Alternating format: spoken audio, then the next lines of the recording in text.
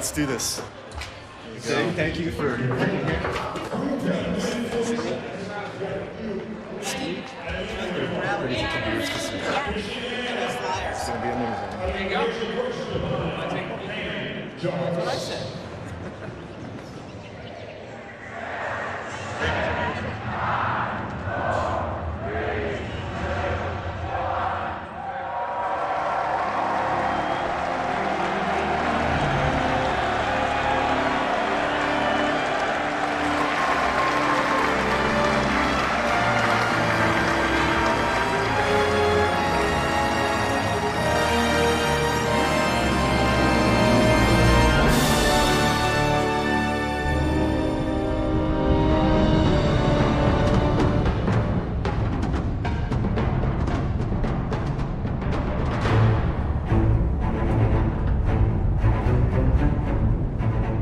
Star Wars was the catalyst to a lot of the stories and games that I've wanted to tell and had the pleasure of making. It's influenced everything that I've done from a very early age. When I started at Respawn, my mission was to start a new team and build a new game.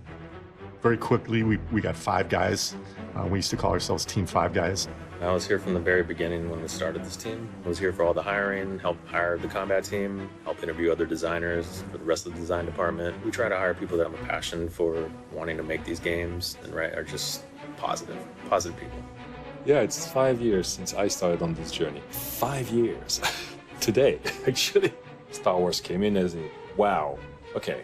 The weight on the shoulders of the team at the time when we started was just, okay, we're doing this. So let's try to do it as well as we can. I was part of the team that made Titanfall, and then Titanfall 2, and in the midst of that, we decided to have a second team that would create a second game that ended up being Jedi Fallen Order. During the day, I would do Titanfall 2, and at night, I would start working on the Star Wars Jedi Fallen Order.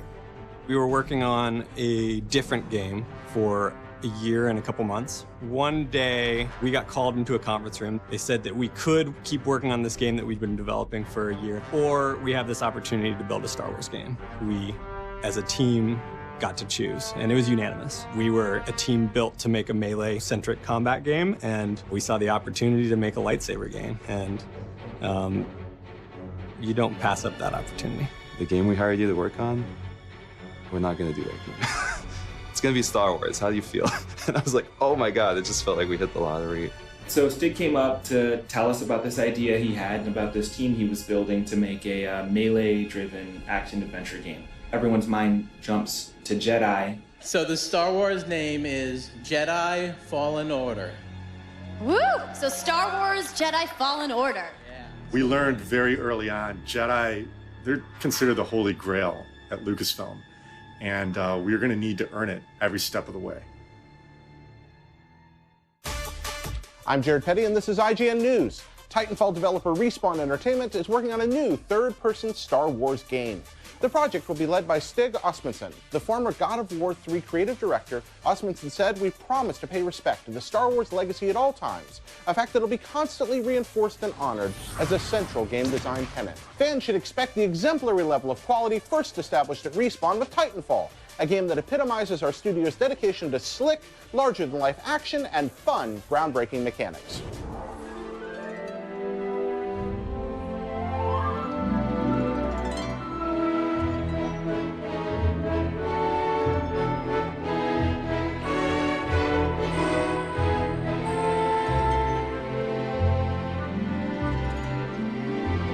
What started as a team of 5, 4 years ago, is now over 140 developers, all striving to translate Star Wars into that signature Respawn gameplay.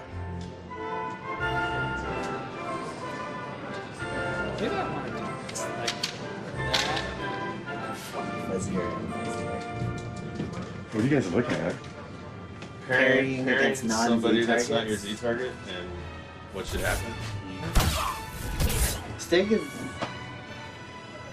your Z target pretty constantly. If you parried someone who wasn't your Z target and we switched your Z target for you, how mad does that make you? I wouldn't want that. Yeah, okay.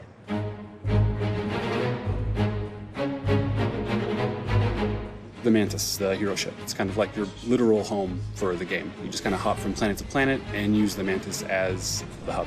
bounced ideas back and forth with Lucasfilm. They wanted to make it like a nice yacht style ship. That's what the big wing is for. It's kind of like a sail. So it's kind of a level, kind of a character. It's a hybrid of a lot of different stuff.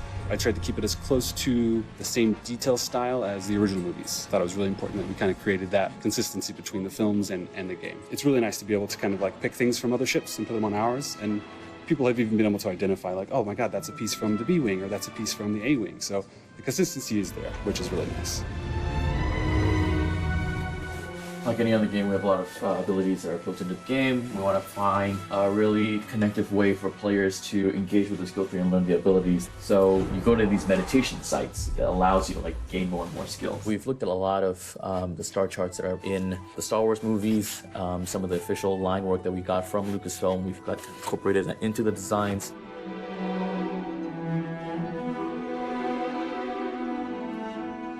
This is him in the back of the cave, okay?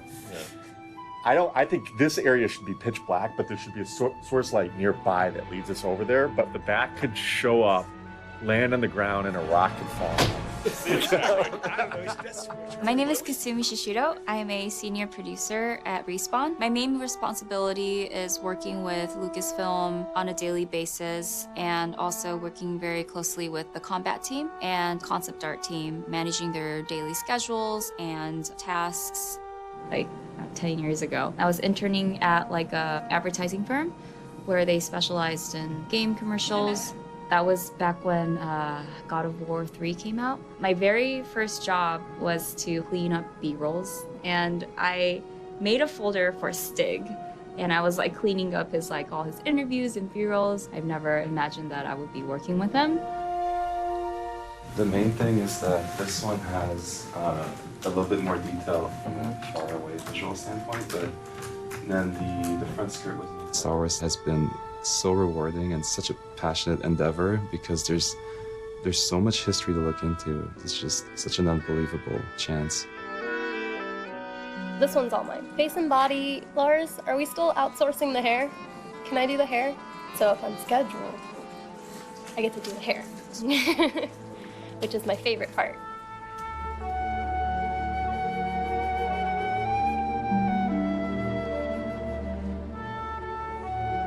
We get a static model from a character artist, and we add structures like bones, skeletons into that model, and then we add control systems to drive those skeletal structures and those muscles. And at that point, we hand it off to the animators for evaluation. They're able to, articulate the model, bend it, and flex it in places where you would expect, and then they kick it back to us. We get feedback from them. This is not feeling right, or can we clean up the deformations in this area? One of the particular requests we had for Cal was that this vest piece that he's wearing move independently of his body, that it not feel like it was painted onto him. This is a great reference for me to get realistic deformations for different layers of costume.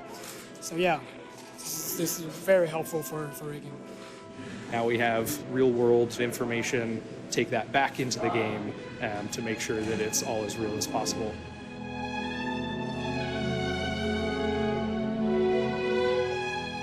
Trying to get the blade a little bit longer? The hilt. The hilt. There are shorter hills, but they're still more natural. Extending out a bit. Yeah. Pushing this a little bit. Yeah, extend out the leather. Okay. Yeah, I mean... I think we can kind of fake that a little bit too between the things. When you sign up to make a Star Wars title, you become basically part of the Star Wars team. We spend a lot of time coming down to Respawn's offices, meeting with Stig, his team, his leads.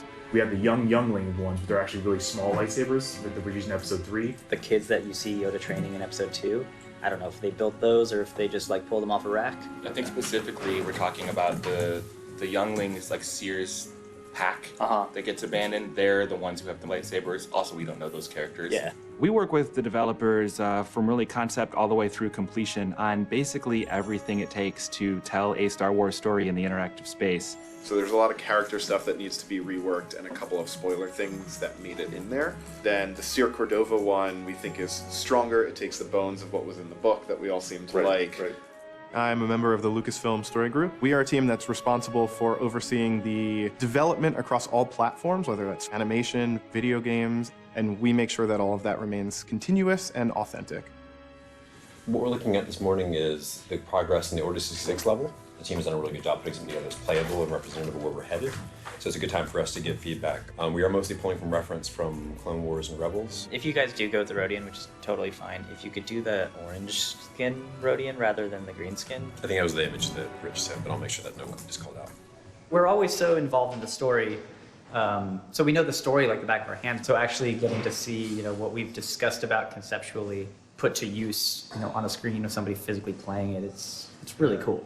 Cal is in the temple and Jaro's in the temple, but what we're seeing in the Jaro fight is more void-like? Correct, yeah. Okay. We actually have a sync with Lucasfilm every day on different subjects. Either it's art or just concept art or a script and story and reviewing modeling and animation and rigging.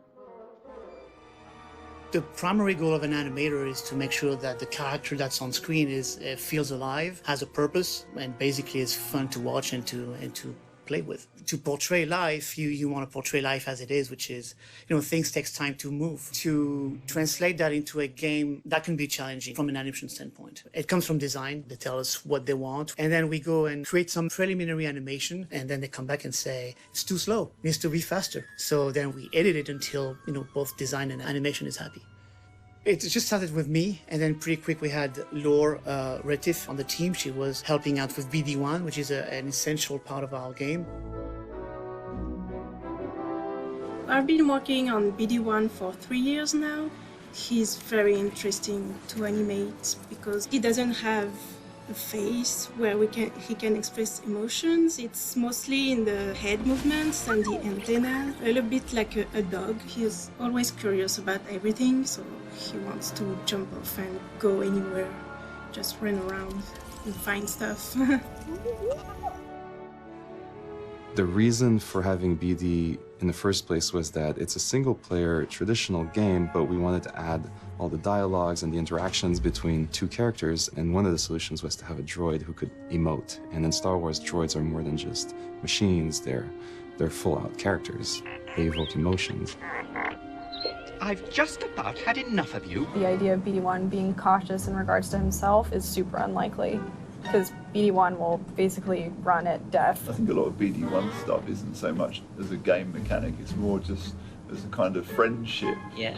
It's the feeling that you've got this friend that's accompanying you on the journey. Well, I suppose the secret of BD1 is solving the problem of how to get something mechanical and robotic to sound kind of like a being, something with a heart. Part of the reason why we hired Ben Burt was that he's the expert on that very thing. So the idea came up to really combine this human sound with the electronic sound. That way we still might be able to have the character of a machine, but get the personality and the emotion of a living organism. The way Ben will work on things is he'll do it with his voice first, and then he'll add synthesizer sounds to that and kind of track what he's doing with his voice using the synthesizer.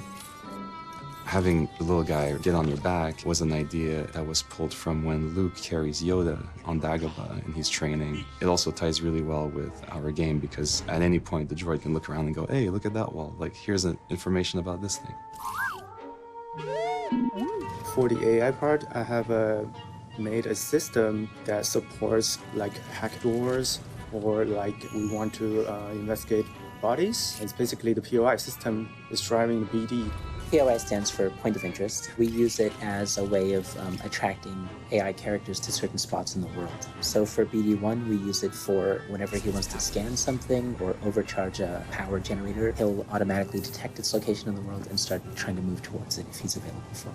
In the Star Wars universe, droids are some of the most iconic characters that we can offer fans. Having the opportunity to model and texture and be part of bringing BD1 to life was a huge honor.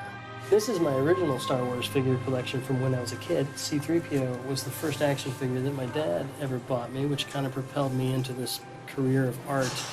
And that was in 1978. So that figure up top is 41 years old at this point.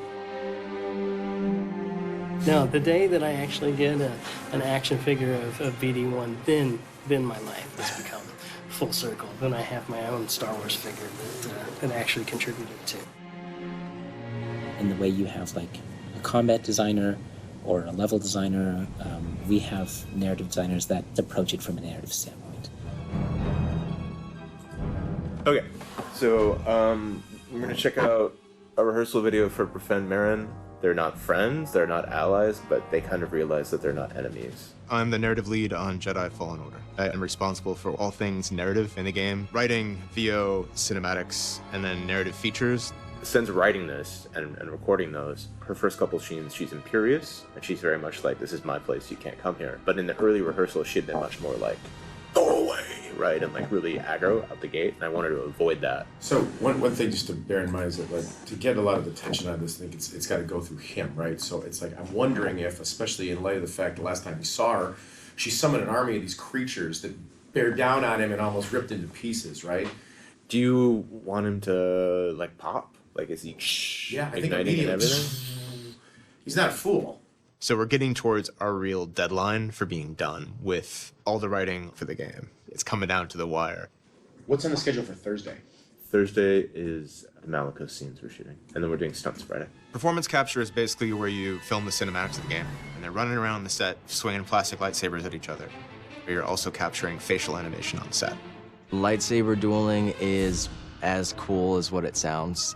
It's what every kid wants to do. I know for me, we would be on the playground smacking each other with sticks, you know, pretending to be Jedi, and it's kind of surreal that I actually get to do it. Doing performance capture is the most freeing thing that any actor could ask for, because you're bound by nothing except the lack of talent, in my case. This is fine.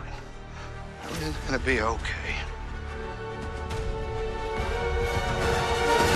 With Star Wars, there is a language and a tone and everything that's been set before, but I think what's very important was with every new piece within the universe, you want to be able to bring in your own personality. Cal was a Padawan when the Jedi Order fell during Order 66, and he's been living in hiding since then. Order 66 is when Palpatine, who is the Supreme Chancellor of the Republic, pulls a coup and becomes the Emperor. Cal is a person who's on the light side of the Force, but that being said, Cal's relationship to the Force is pretty volatile. He was not finished with his training when the Purge happened, so he has a lot of trauma that's associated with the usage of the Force, and basically every time he taps into it, it's a bit explosive and tends to lose control. I view story as being part of the gameplay experience, and the goal is to make it as seamless as possible so that it feels like this fluid, custom living world. So coming in here is where we will then see where Order 66 is issued. The level I'm working on is Order 66, which is the experience of young Cal right before the moment where Order 66 transpires and the aftermath, which is a really cool experience because the player actually gets to experience this transitional moment for the Jedi. The idea is as you're coming down, the clones are rounding the corner, coming at you, start taking fire. The intent is that you'll be able to parry, blast back at them, doors slam shut, very Star Warsy. We'll see if we can pull that off. We knew it was time to sort of like pull the lid off the game and show it to the public. We didn't want to reveal gameplay until gameplay was ready to be revealed, and we wanted to do that at a game-focused event like E3 and EA Play. And what we had to show was story and narrative. But we sort of had the opportunity to unveil the game at the peak Star Wars event of the year. For Star Wars Celebration, as we moved forward with the trailer, there was a lot of schedule adjustments, so it was really difficult trying to balance all of that. So we had our internal planning when it came to like what kind of characters we would have done at certain months. But for the trailer, so we have all these stuff that we need for Braca that we're planning to do later, but we need to do ASAP. Star Wars Celebration really brought up the motivation for everybody. It kind of turned the switch on, thinking about the past years of all the work that we put in, growing from like 30 people to we have about 140 people right now. Star Wars Jedi Fallen Order was announced last year, but up until now, not much has been known about the game. Well, that all changed yesterday when EA finally revealed both a teaser image and the official logo of the game. What does it mean? Hopefully we'll get answers this Saturday, April 13th at 1:30 p.m. Central Time during EA's Star Wars Jedi Fallen Order panel.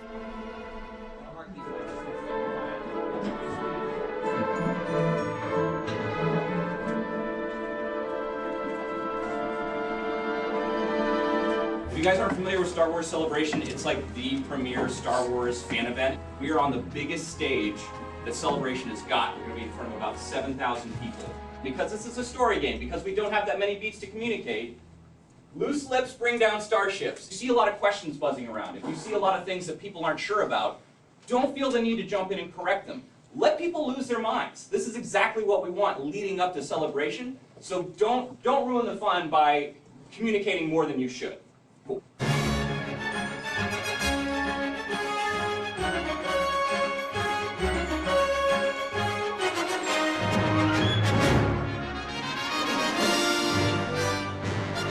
Respawn, I was so pumped. What better than having a chance to do this game than them right now? Because I play Apex Legends, and so Respawn made that. I was like, you know, Titanfall 2, they made that. They're rock stars. Star Wars was one of the only major things that, like, my brother and my dad and I all bonded over together. I'm looking forward to having Force abilities, so I'm looking forward to what they're going to bring to that. I'm absolutely stoked to be able to put a Star Wars lightsaber in players' hands, let them be a Jedi, let them build up their Force powers, and learn different ways to wield that saber. It's incredible. I mean, we know that Respawn, they're just masters at tactical combat. I've been working on Star Wars for going on 15 years now, and to be able to make a single-player Jedi Star Wars game, like, that's why we do this. Walking towards that theater and seeing all the fans like cosplaying outside, lining up. I was actually videotaping it and sending it to my team saying like, oh my God, look at all these people waiting to see our trailer. I'm supremely confident about the game and a total wreck otherwise about my own performance or what I'm going to say on stage. So.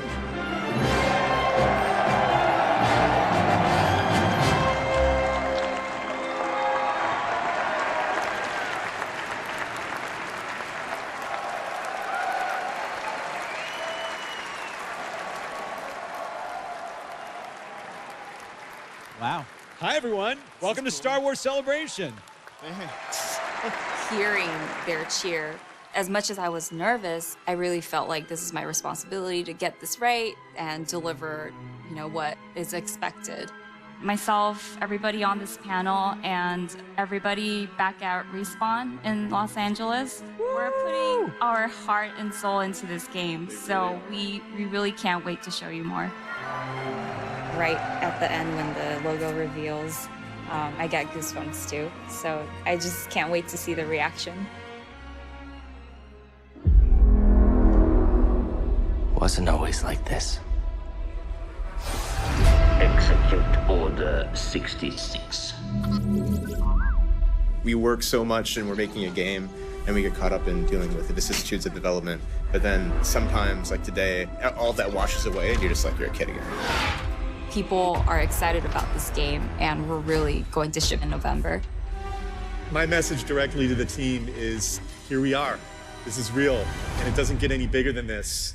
This is a very special opportunity that we have, and I'm confident that we're all going to do it together and have a great game.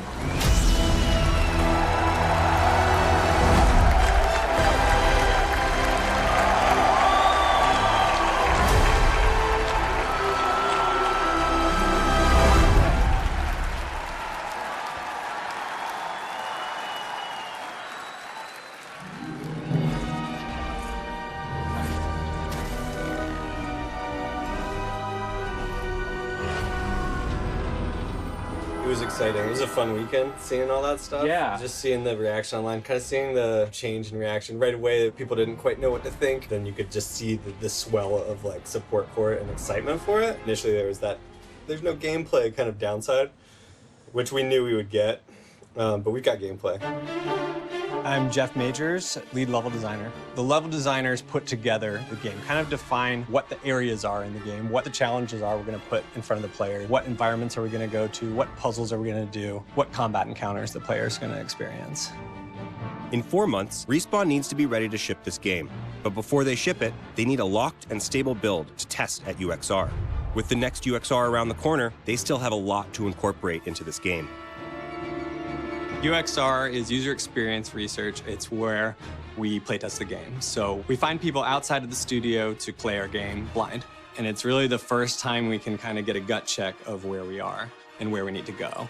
The ledges were just all crazy, so like we got to make all this clean, and so we spent the last few days doing that for the UXR areas. Finding the fun is a lot about iteration. When you're building a level, the level designer will be working on it for 6 months from start to finish. And this is for like a 30 or 45-minute section of the game. It's really about zooming in on all the little moments and details and kind of obsessing over every little moment and thinking what is going to be best for the player at any given time.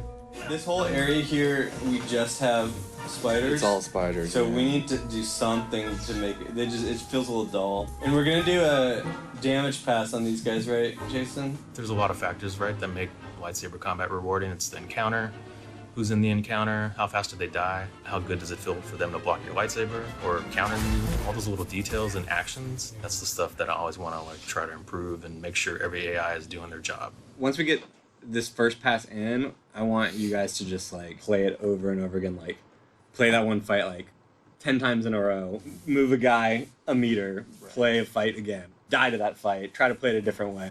Like noodle the out of it. Like, yeah. Cool. Thanks guys, good work. Just polish over the next week. The core focus is make a game that reacts really well. How good a game feels has a lot to do with reducing the layers of interference between what the player wants to do and what the game does out of it. At the very beginning, the UI team was just Kevin and I. We had to make sure that we kept each and every part of the map close to Star Wars. Kevin and I went through each and every Star Wars film, looked at each hologram, see which one we wanted to be like. We were able to be very collaborative, exploring how we want the player to feel when they're using the map. Kind of like the idea of we show wall runs just as part of the geo. I want to make sure that like if you're looking for it, you can see it. We should be looking at like the larger game, especially considering that that's what this UXR is all about. I like my team to focus first and foremost on gameplay, and first and foremost on what is going to be the fun thing. And then if we're thinking of how it matches kind of the Star Wars universe, we should have that in our mind as well, but that should be secondary to making the gameplay and space feel fun. We just pull random people from the team and just sit back and watch them play it, and we just chat about it and kind of hear their thoughts. We get a lot of the first obvious feedback from these internal playtests. What happened? Well, I went pretty good, I think, except for that one spot. One spot's a disaster. With a game this size and with this many people working on it and with the polish level that we want to hit for when we playtest the game, there's just a lot left to do. I mean, when it works, I like it, but it seems like it works. It's broken more than it's working. Right now, yes. Okay. If we want him to have this kind of motion, some of the pivot, it feels like the pivots are triggering too easily now in my mind, and I want to pull back on them some now. And the more we pull back on them, the less they're going to start triggering when we don't want them to trigger. The pivots are just to sell the idea that if you're turning hard, then you get an animation response to that. Bruce and Fabrice had started developing the system that would allow this high fidelity animation, but not sacrifice responsiveness. And then it's up to me to make that animation sort of reassemble itself appropriately inside the engine. A lot of games that are as responsive as ours aren't quite as nuanced. It's difficult to pull off the animation fidelity but still have them move at these superhuman speeds and reactivity. How do you really find something that's fun? I don't really know that there's an answer to that other than just you keep on trying. You keep on iterating. It's usually good to have some type of guiding light. I'm just a sucker for David versus Goliath. Cal going up against the entire Empire and the entire galaxy. He's also going up against these giant mythical beasts. So this is the gigantic like bat boss fight, Dathomir. It's a 3-phase boss fight that we've got lined up. Basically, as the player's going through Dathomir, you'll get some previs of a bat flying by and stuff happening, picking up night bros and things like that. Eventually the path kind of narrows you down into this kind of a section, and then this is kind of where we first encounter the bat. All of a sudden, boom, a huge gigantic bat comes in. Are you introducing boss names? Like when they pop up, are you going to be like, big blind bat on the screen? Yes, we are. Good question. Yeah. Well, we call them wow moments. We basically want people's jaw to drop from the floor. They pick it back up and it falls back down again. So the story is that, like, hey, you're hurting him. He doesn't like this. His hands are a little bit wounded. He'll crawl out, and you think you're safe. Hey, cool. And then, lo and behold, boom, bat flies by, a little bit wounded, is not a fan of yours right now. And he's like, I couldn't kill you in this cave, but out here, I win. Eventually, he snatches you off of that mountain. He crashes into stuff, and you actually become disconnected from him in midair. You enter this kind of free fall Patrick Swayze awesomeness. And boom, you lash back on. So he jumps out, and as the bat's just free flying, just flying around, so you have to steer around and then grab him in order to kind of use him. So you use the bat to get down off of this gigantic mountain that you'd been scaling and fighting him along. Why is there a cut every single time he attaches?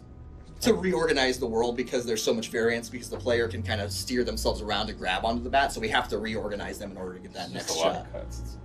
There's one every time he grabs on, so there's 3. Is there a way that we can fix that? When you latch back Especially on? when you're so close to him. You're right there, and then we just, if you want to... Well, I mean, we can't interpolate, like... Yeah, I mean, the problem is that when the player's falling, we have control. He's got like a cone where he can be kind of anywhere, so he can grab the bat over here or over here. There's not really a way for me to say, like, okay, where's he at? Play the animation at this point, at this world location, based on where you grab on. Have you involved a coder with this? Yeah, we don't have camera cuts. You have to see that whole thing. That epic Vader marching down, murdering 15 people, that's like 18 cuts to make it look as beautiful as it can. So we've got to be able to take that and make it in such a way that no matter where the camera is, no matter who's controlling it, it still looks that good. And they've set a really high bar for that, and that's what we're doing, is making sure that we keep up to that bar as well. Designers will use Legos to make levels. We make the Lego bricks. That's what a programmer does. I spend a lot of time looking at the Star Wars films, trying to get the kind of look and feel of what Star Wars looks like. I found some references from the old camera lenses that were used in those original Star Wars films, which were Panavision, so they were anamorphic, so that all the things like the depth of field, even down to our film grain, everything gets that scaling and stretching, which gives it that kind of filmic look, really makes it just a little bit closer to the films. Respawn wanted the Force Low ability as a foundation for their combat for the game. So we worked with them to translate that ability to make it fit within the Star Wars universe. Cal, his main power is slowing something down. That's something we went back and forth with Lucas. Oh, he's doing this too fast. He's casting too fast. Yeah, because that's what feels good in gameplay. So we had to kind of come to this compromise where we hold the button down for 3 seconds, then he'll force slow longer, right? Somebody will be slowed longer.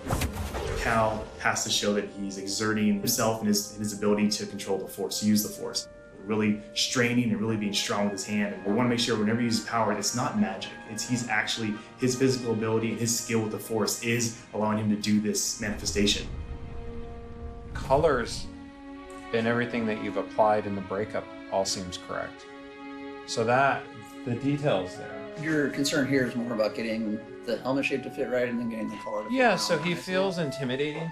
If you take this straight down and you incorporate this going around, like, and you get those straight shoulders, really pinhead, I think it's cool. It's just pulling in the final edits, and we call it a day. Shake hands, high five. I work alongside concept and the game design to flesh out the overall look and feel of the planet and the environment. When we get approval from Lucasfilm on something that I've created, I mean, it makes my day. You know, Hez or something comes in and then says like, oh, that looks really awesome, or like, that's such a great Star Wars moment. I mean, that feels really good, right? Because you're like, oh, I nailed it. This is right here is beautiful. Sometimes it's finding ways to support different people's opinions and making sure like what they start, you make sure it goes through. And talking through it just helps because we're all lifting Star Wars up. Yeah. By doing that, we have to support what Star Wars is as well, and find those elegant solutions for, as we always say, complex Star Wars problems is what we can do by working together. What are we going to look at today? So we have force targeting, which got updated and is now showing a highlight. So we should talk about that. Something we're trying is it's just an outline on these guys. It's pretty subtle.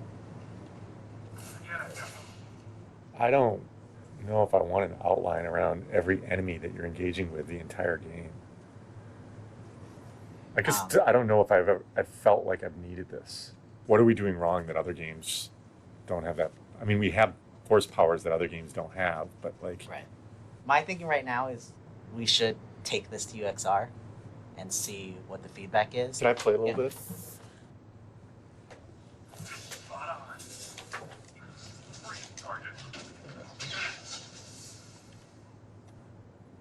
To be honest, when I'm playing it, it's not bothering me as much because it is a really subtle effect. But if it's so subtle, is it even doing anything for us? Seems like it could be off for 90% of the game.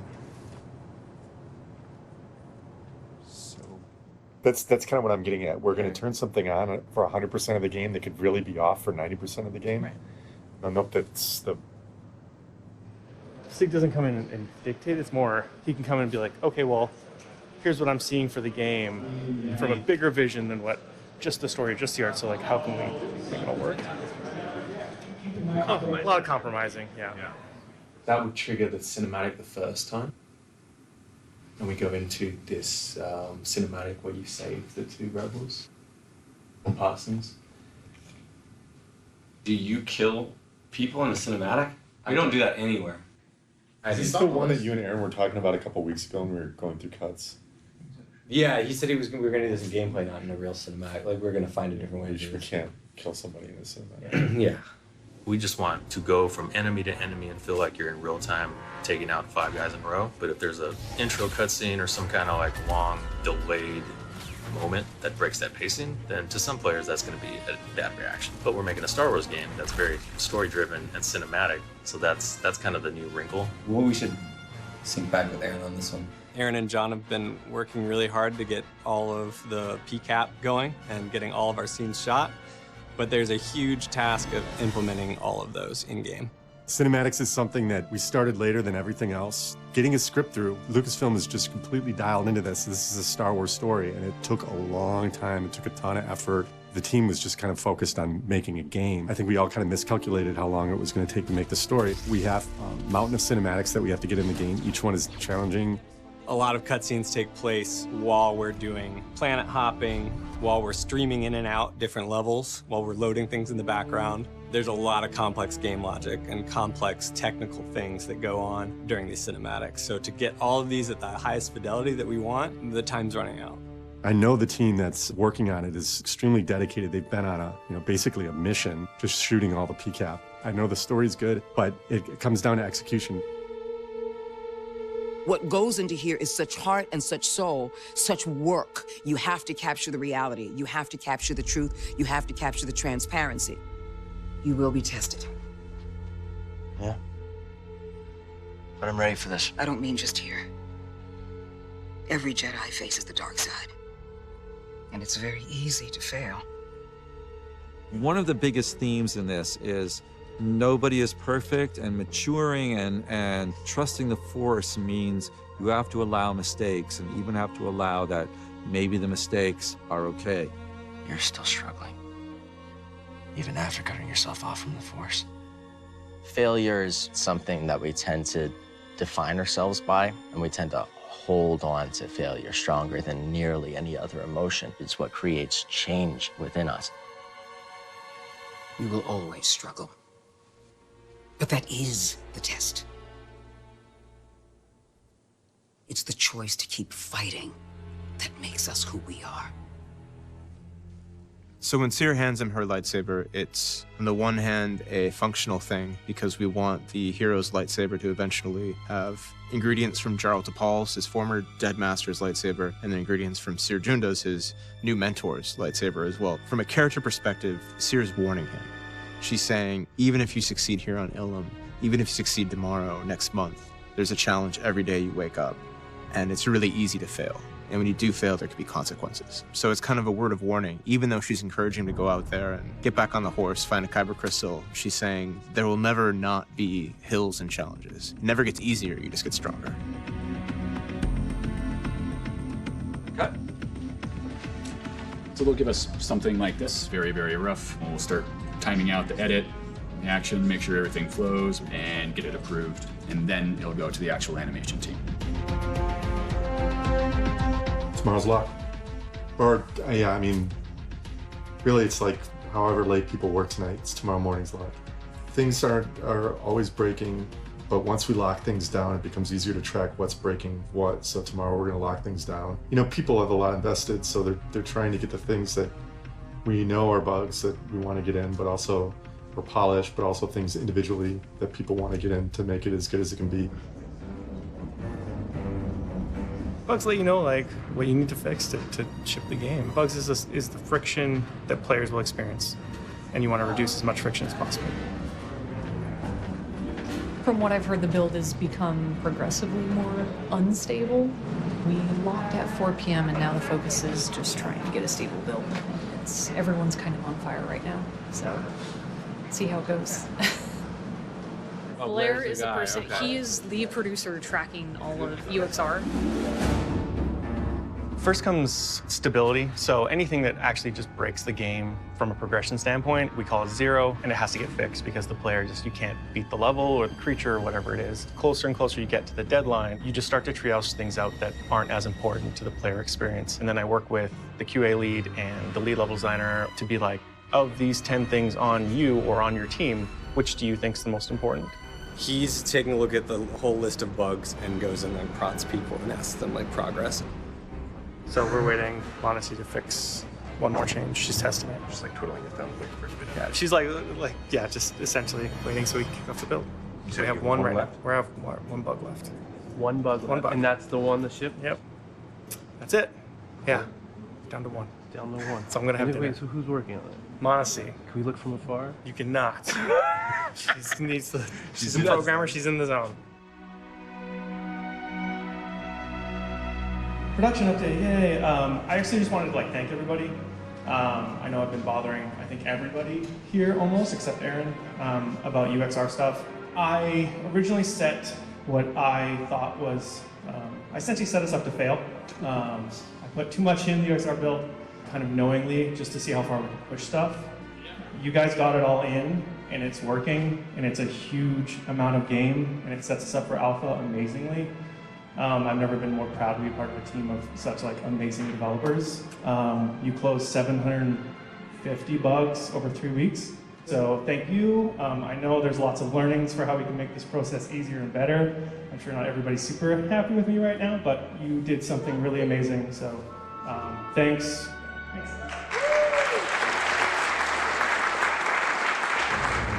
All added up, just waiting to be discovered. 100% there's a secret. Yeah. How many players are there playing the game right now? I think it's 35 or so. Okay. So. A lot of the stuff Narrative's done is in this build, and people are playing it for the first time, so it's kind of our first wave of feedback. Watching UXR is a great way to see how it's developing. So right. I'm desperate. I'm starving for that stuff, because this is what really matters, right? It's the game. Oh, there it is. It's good because it's a good milestone, right? Everything's culminated to this moment, so it's the kind of breather spot. So you get to kind of sit back and do it, but you can't exactly enjoy it at the same time because you know that there's more work coming from it. But also you get to feel gratified because oh, that looked great, and they had fun doing this thing that I made, so that's super gratifying as well. No matter what the results are, good or bad, you know. If it's great, then you know what's good to enhance on. If it's bad, you know what to start trimming from. Is the very first time you open the planet map when all 3 of these planets are there? Yes. Yep. That's not great. Yeah. I mean, we decided very early on that we wanted to do multiple planets and traveling in your spaceship between planets, because that would make it feel very Star Wars. That was a pretty recent change that we allow you to go to Dathomir right after Bogano. The plan used to be that you would have to go to Zepho and then you would unlock Kashyyyk and Dathomir at the same time, but opening it up earlier makes the game open up earlier, which is kind of fun to see, but it's hard, so we'll see how much people like it. It's that classic game design thing of let the player go to Mordor right off the bat and get their ass kicked. Yeah. That's Dathomir. That kind of skill check. Oh, but he'll do a backflip. Oh,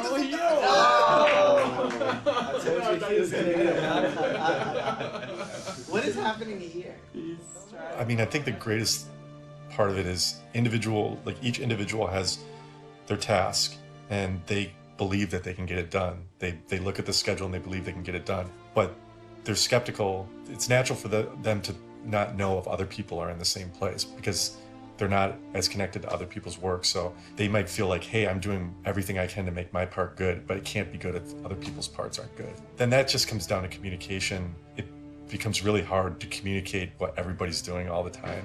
Like I said, it's natural that until we've gone through this together and people see like, oh wow, everybody else kind of lifted their own weight and got it done, and this product is shining together, people will remember that.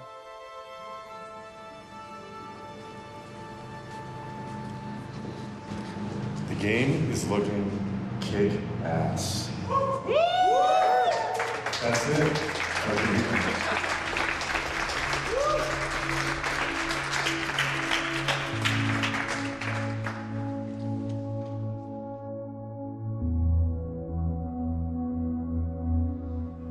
For me, I still try to, like, if there's things that really shouldn't go in after lock, but people really want to get them in and I want to get them in, I try to work with code and production to make a case for why we should try to get these things in. Next Tuesday, we're branching, so we'll open up the tree again and everybody can start dumping all their normal work in and the game will break again. But we'll have a branched version of the game that we can really be very careful about what we're inserting in that, because we're just going to be chasing stability at that point. Branch is what we'll use for E3.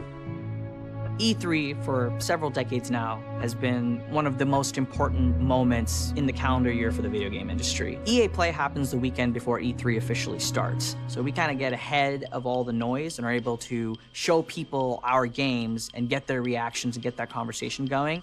Gamers nowadays aren't going to make up their mind and form a definitive opinion until we show them gameplay. So this is going to be the biggest inflection point in terms of sentiment in our entire campaign. We want to show them what they want. This raw, unedited demo that's going to prove that we're delivering the goods. Pretty much everybody I talk to about it is like, do not show the ad for the first thing that we ever show. Because we don't want to give the impression that we're, some just climbing around Lara Croft game, because that's not what we are. This is a moment in our game, but most of what you're doing is going around and kicking ass with a lightsaber. Right. And I worry when I hear that there's, basically the first thing that anybody's going to see is not going to represent 99% of our game. Right. For EA Play, we really wanted to give people what we thought they wanted. It was the first time we were going to do live gameplay. We didn't take sections of the videos. It was like essentially me in a room for the weekend, and I played it until I nailed it, and then I played it again until I nailed it again, and we sent those two off. And there was like thumbs up on that. This is video that would be feel like straight gameplay. Like there's no one on stage playing, but it's not like there are a bunch of cuts and edits like jumping ahead or back or anything like that. It's kind of straight from meeting Saw, continuous all the way through to the Purge Trooper fight. Yes. Cool. That start was made for the first thing for us to show to public. That's because it was supposed to be an EA Play as a purpose. Just because we have to get booking for E3 stuff, are you guys 100% sure we don't want to let press have hands-on? From the very inception of our E3 demo, the plan, what I always wanted to do, and I messaged it very clearly to the team, is that it's hands-on. But then as the realities of game making really start to take effect, being hands-on becomes a little bit riskier. And it's risky because it's got to be nearly bulletproof. It's going to be considerable greater resources and bug fixes and testing to just let anybody get their hands on the game.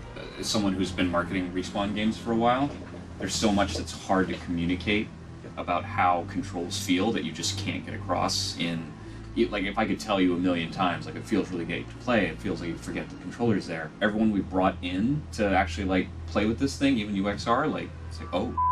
We're going to be planning these big E3 media events. We better be careful. And I don't want to get in a situation where we have to cancel something that we've spent a lot of money and put a lot of investment into if we're just not going to be able to do it. I know it'll be like a late last minute call, but just I need to put that value out. There was just no way that we could guarantee that we're going to go hands-on with this. It looked like the only time we were really going to get clarity on that would be maybe a week or two before E3. We're just going to get a behind the closed doors room for press and judges to get hands-on, but if we don't use them, we'll just use them for interview rooms. It might be more expensive, but then it's fine. Yeah. I could get behind that.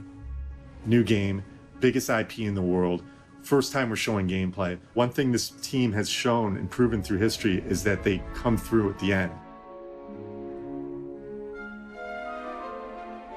So E3, we're trying to get like a finished version of the game, and we're not yet at that point. So we're trying to get a representation that feels natural. The purpose of Kashyyyk is to show the juxtaposition of the virus of the Imperial destroying all of the planet Kashyyyk, and its natural beauty is trying to fight back. Right now, we're just working on optimization, trying to make sure it all runs and looks good in the demo. Kind of in that phase of the project that we're in, optimization. Basically, people come into my office and say, hey, do you want to see something? And it's always something bad. And I go and fix it. And so we can see with this view how many triangles we're using in places. So anywhere that we start to get these really dense clusters, that's something we need to look at and think, we're spending too many triangles here, so we might want to reduce the amount. When you get to that point for E3, we have to make sure we have all of our graphics all up and running and all looking good enough to show to the public. And then you get a little glimpse of what the game's going to look like when it comes out at the end of the year. Today I'm making sure the climb animation looks good. There's a request coming from design that some of those moves are just too slow, and I'm speeding it up. Right now I'm looking at the jumps. They take too much time recovering from jump to actual navigation on the wall. It needs to feel right, otherwise, it's not a game, it's a movie.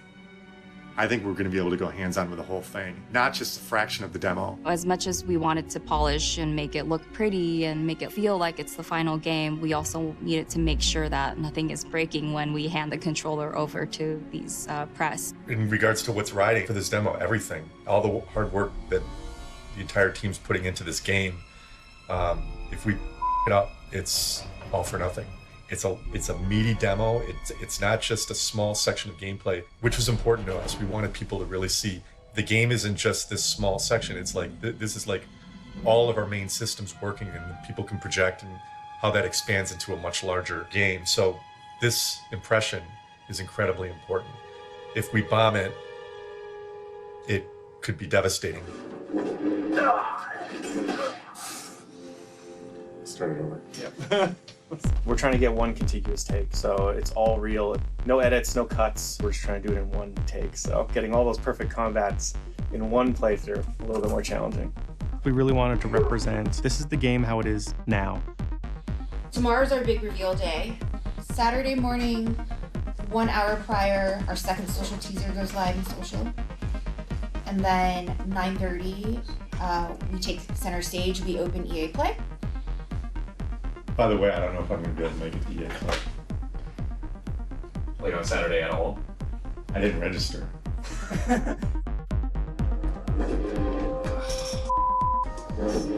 Start over.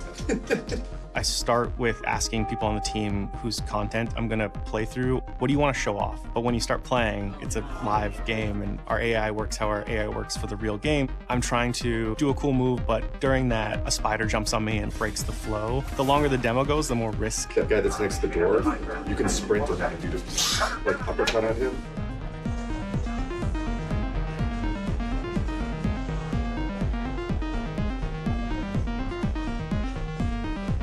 Oh God, that's the kind of thing that's just a heartbreaker.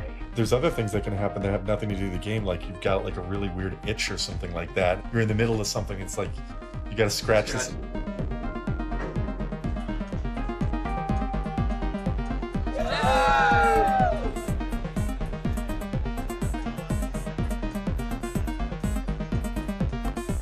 I just want to, I want to show this to the team and have them be like, oh, that's it. You know, it's okay to just play. Like, just go in and just like, I'm playing the game.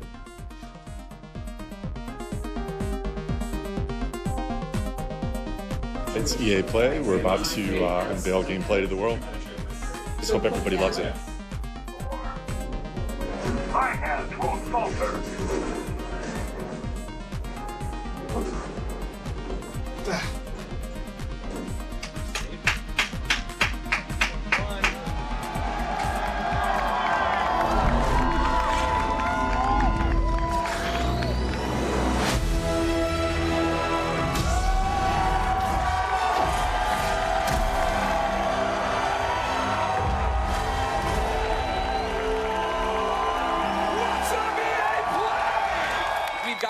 Of Respawn, Vince Zampella, and the director of Star Wars Jedi Fallen Order, Stig Asmussen. Everybody give it up for Vince and Stig, come on!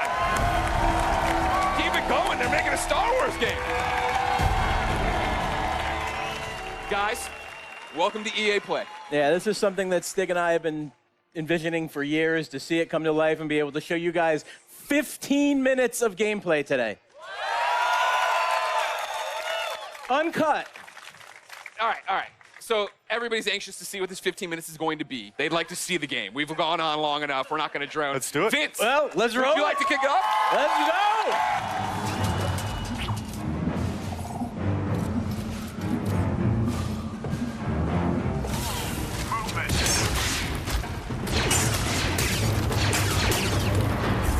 Oh! Yes! More of that.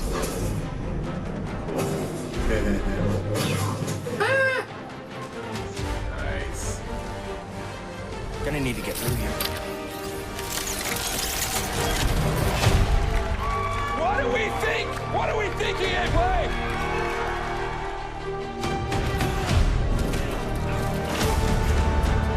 I didn't get any sense that there was anything going wrong at EA Play. But I started reading all the different articles that were a little confused on what we showed.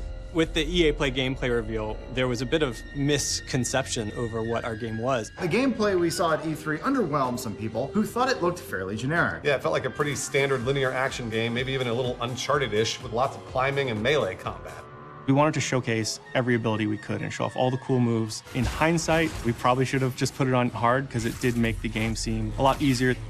We wanted to hit a slice of the game that showed off the core lightsaber elements, but in doing so, we kind of missed the opportunity to show everyone our nonlinear structure, our Metroidvania level design, our planet hopping, interactions with the crew, these big set piece moments. The only way you can feel how good the game is to get your hands on the controls. That's the only way. E3 2019. I am going to be behind closed doors, giving demos and hands-on to various press people and potential E3 judges. I hope everybody just loves the authenticity we're trying to bring to Star Wars. Hopefully the time and the effort we put in this game is shown, so people respect that. That's the goal. I was skeptical, I won't deny that, but Respawn is definitely amazing with gameplay and with story. So I mean, who even knows like what's gonna be like? I'm hooked, I'm into it.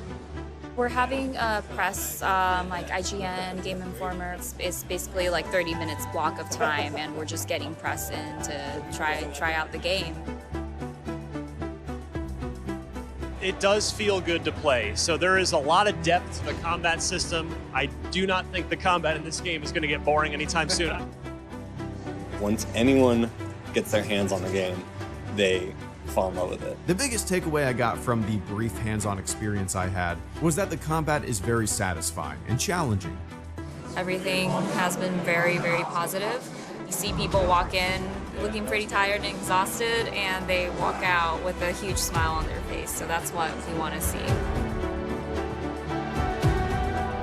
The combat feels great. It's like you would expect from Respawn. It seems like there's a lot of growth in his abilities. You will get new force powers as the game goes on. I can't wait to see where it goes. So many people have walked out of here going like, okay, I see where we're going with this. When you actually play, the game flows exceptionally well. Though we only played for 5 minutes, I found the demo to be extremely fun. I feel like once you get your hands on it, you'll feel as I do.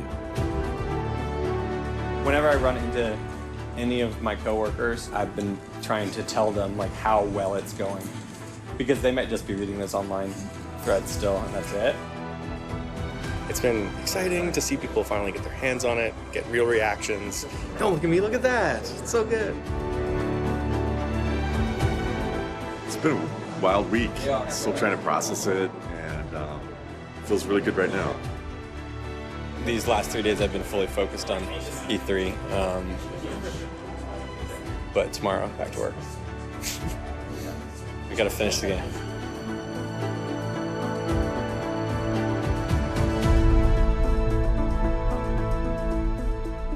This is it, the final stretch of a 4-year journey.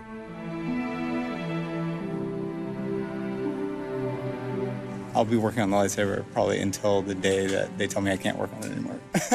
This project has been a little different. We've been working in harmony with all the other departments going up until the end of the project, so we've gotten in a lot earlier than normally might happen in the game pipeline, making the lightsaber feel authentic. So, it's basically a glowing tube when it's still, but when it's moving is a lot of the kind of the iconic look. So getting the right eye slice, having the right angle, not like a flag, and then having the atmospheric glow around it. Working closely with combat, obviously. The lightsaber interaction stuff, that's got a lot of our focus. It's a lightsaber game, so it has to be.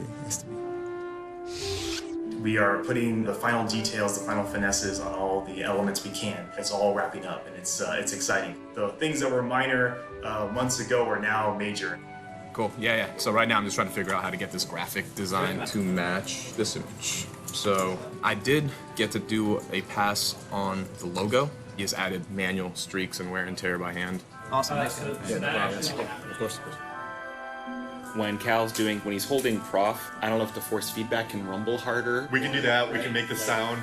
So it feels like I'm holding Prof, and now I'm holding the barge, and I'm really straining here. Yeah, sitting 5 weeks away from boxing the game up and sending it off, one word that comes to mind is tired, but also proud. Really, really proud. UI team as a whole, we're stressed, but we're excited. We have these schedules that we follow. It's like, oof, that's ambitious, but we know we can do it, but oof, that's ambitious. So I see smiling nods. Are there any bugs right now that you guys are tracking down regarding the motion model? Joe was saying there's certain cases when you hit the corner of a wall, he can feel like he gets held up. Yeah, I'm having a really hard time breaking this. It's good. It's great. You guys did it. Let's stick a fork in it. Yeah. I mean, like at this point right now, just let's try not to break it. Let's not try not to break it. Yeah, let's. We've been looking at this closely for. It's been under the microscope for like a year now. So, congrats.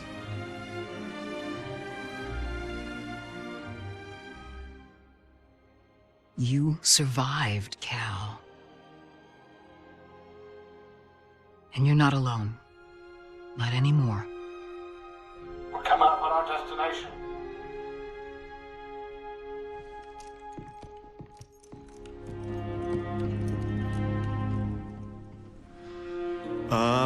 Biggest hopes for the game, there's a lot of them.